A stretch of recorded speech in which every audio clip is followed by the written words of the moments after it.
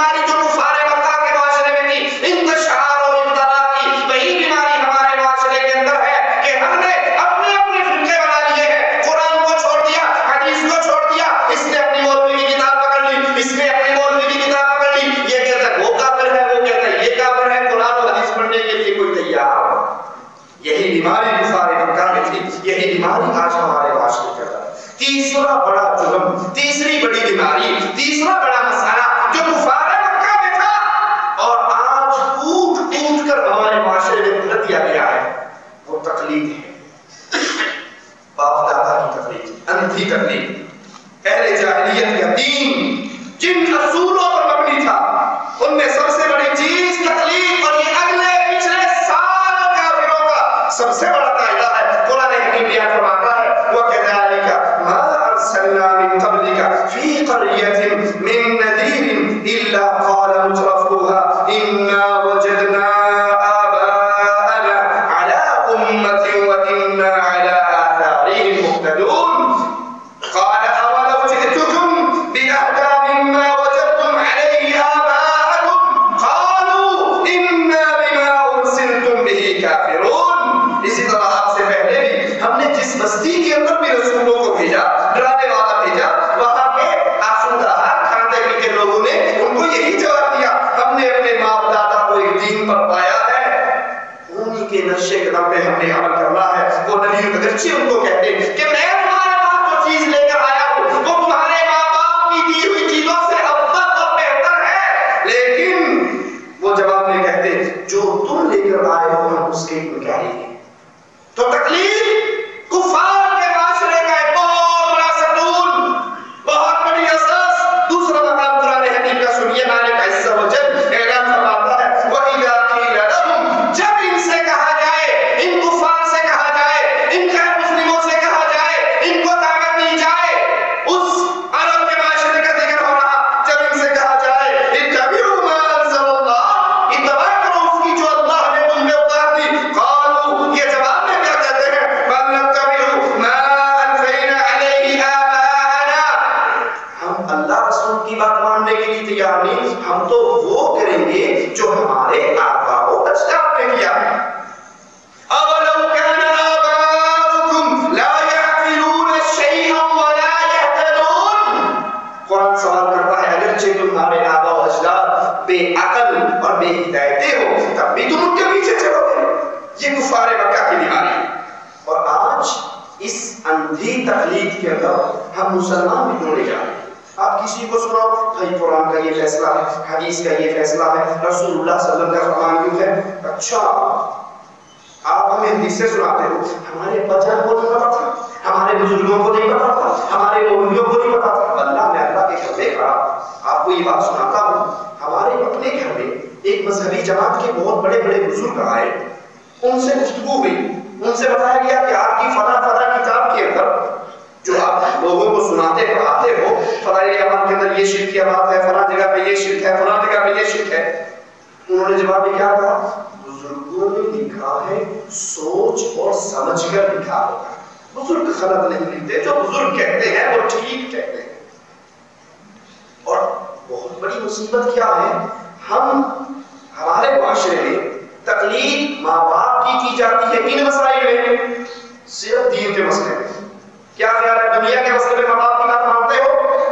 میں ایک دو چیزیں مثال دے کے بات آگے چلاتا ہوں۔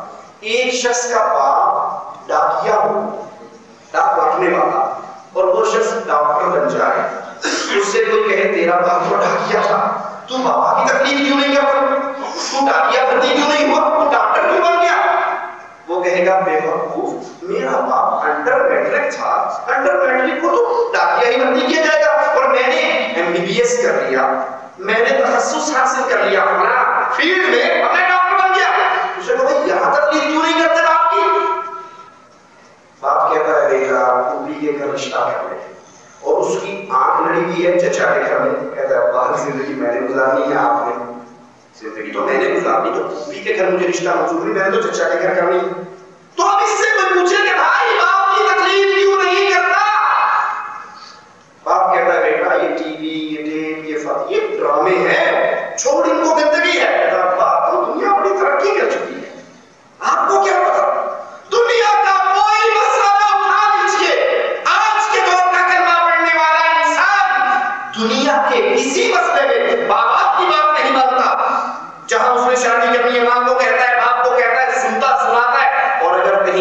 دال نہیں گلتی تو ہائی کورٹ میں جا کر بدکاری کا لائسنس لے لیتا ہے. یاد کر لیجئے یہ جو کورٹ میرج ہوتی ہے یہ زنا کا لائسنس ہے. یہ زنا ہوتا ہے سارے کا جس کا ولی راضی نہیں اس کا نکاح. اب اس سے پوچھو کہ بھائی جو یہ 11ویں دیتا ہے یہ غیر اللہ کے نام کی نظر و نیاز ہے یہ حرام ہے. اچھا آپ کو آج پتا لگا حرام ہے؟ میرا دادا دیا کرتا تھا ہمارے گھر میں 50 سال سے چلتی آ رہی ہے نہیں پتا تھا. تو تیری پوری نسل میں کسی نے لو میرج نہیں کی تو نے کیوں کی؟ کہتا ہے یہ دنیا ہے یہ دین ہے. دین کو دنیا سے نہ ملا. دنیا کے مسائل میں کبھی تکلیف کے لیے تیار نہیں ہوتے لیکن جہاں معاملہ دین کا آتا ہے بابا یہ قبروں پہ سجدہ کرنا حرام ہے پیروں کو پکارنا حرام ہے قبروں کا طواف حرام ہے. حدیث کے آنے کے بعد حدیث کو اس لیے چھوڑ دینا کہ فلاں مولوی صاحب نے اجازت نہیں دی فلاں فرقے میں اجازت نہیں ہے تو یہ جائز نہیں ہے حرام ہے. تو جواب ملتا ہے کہ نہیں. اس سے ثابت یہ ہوا ہمارے دین کی اتنی قدر نہیں ہے جتنی دنیا کی. ایک اور مثال ہو آپ سبزی لینے جاتے ہیں دکاندار کہتا ہے یہ ٹماٹر بڑے اچھے ہیں بابا تیجا 2 ریال نہیں ہو. آنکھیں بند کر کے کھا کے بیچ میں بھر لیتے ہو یا ایک ایک کو اٹھا کر دیکھتے ہو گلا تو نہیں سڑا تو نہیں نرم تو نہیں کیڑے والا تو نہیں. گلا لے جاؤں گا بیگم میرے ہی سامنے والی اور مفت تو نہیں لگا پیسے کر رہا ہوں. دنیا کے ایک مسئلے میں ریسرچ ہے تحقیق ہے بھاگ دوڑ ہے سوال و جواب ہے لیکن جہاں قرآن و حدیث کا معاملہ آتا ہے ہمارے خاندان میں تو ایسا نہیں ہوتا ہمارے مذہب میں تو ایسا نہیں ہوتا ہمارے مولوی تو یوں نہیں کہتے ہمارے پیر صاحب تو یوں نہیں کہتے. یہ بیماری ہر کافر کی لگی ہے ہر دور کے کافر نے یہی کہا. ٹھیک ہے قرآن میں یوں آیا حدیث میں یوں آیا ہمارے بزرگوں نے یوں نہیں بتایا. یہ وہ بہت بڑی بیماری جو اس دور کے اندر تھی اس دور کے اندر موجود ہے اور ایک بہت بڑا مرض جو ہر دور کے اسلام میں رہا ہے اور ہمارے معاشرے کے اندر بھی داخل ہو گیا وہ کیا اہل ایمان اہل حق اہل توحید کی تعداد تھوڑی دے گیا.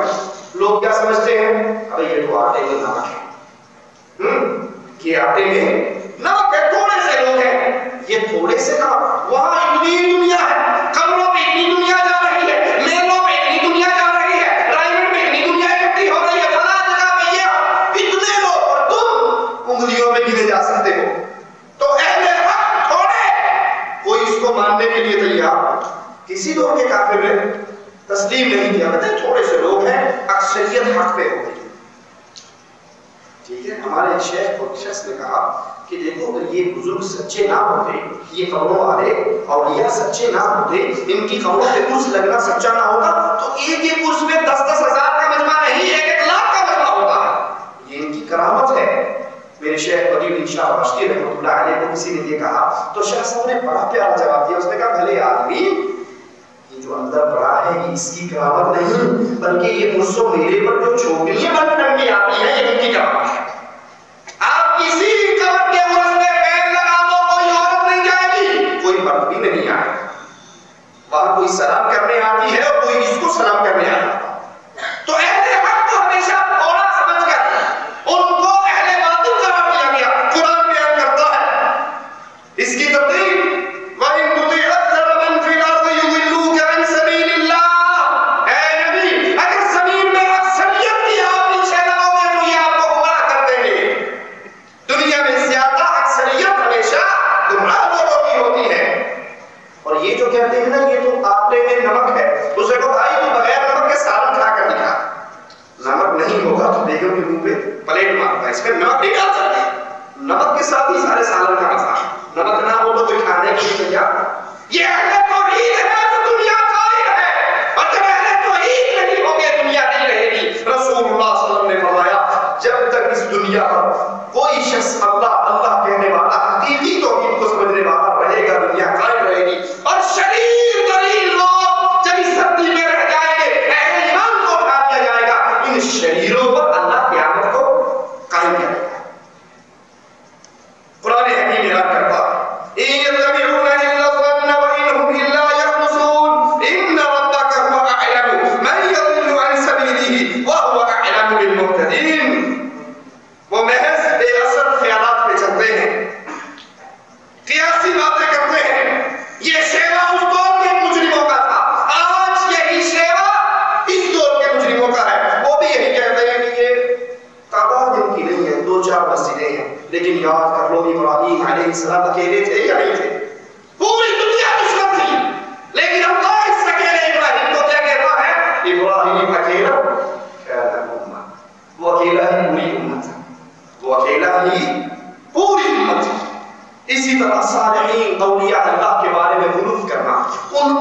ان کے مقام سے بلند کر دینا. جو مقام اللہ نے انبیاء کو، اولیاء کو، بزرگان دین کو دیا ہے، ان کو اس مقام سے اٹھا کر ایسے مقام پہ رکھ دینا جو مقام ان کو نہیں دیا گیا. یہ جرم کفار مکہ کیا کرتے تھے، سابقہ دور کے کفار کیا کرتے تھے، اور آج یہی جرم ہمارے معاشرے کے اندر ہے. آئیے سنیے پچھلے دور کے کفار کا اس مسئلے کے اندر قرآن بیان کرتا ہے. وقالت اليهود عزیر اللہ، کہا یہودیوں نے عزیر بیٹا ہے اللہ کا، تعالی اللہ عما یقولون. اور وقالت النصارى، اور کہا عیسائیوں نے مسیح ابن اللہ کہ عیسیٰ بیٹا ہے اللہ کا. ذلك قولهم بأفواههم، یہ تو ان کے منہ کی باتیں ہیں، یہ سابقہ کافروں کی جملوں کو دوہرا رہے ہیں.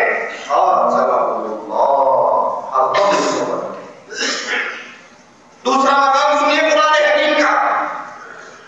تکاد السماوات يتفطرن منه وتنشق الارض وتخر الجبال هدا ان دعوا للرحمن ولدا. قریب ہے آسمان پھٹ جائے، زمین ریزہ ریزہ ہو جائے، پہاڑ ریزہ ریزہ ہو جائے، زمین شق ہو جائے. کیوں؟ ان دعوا للرحمن ولدا، ان ظالموں نے اللہ کا بیٹا بنا دیا. عیسائیوں نے عیسیٰ کو اللہ کا بیٹا بنایا، یہودیوں نے عزیر کو اللہ کا بیٹا بنایا، حالانکہ وہ دونوں اللہ کے بندے تھے. عزیر اور عیسیٰ کس کے بندے تھے؟ اللہ کے بندے تھے.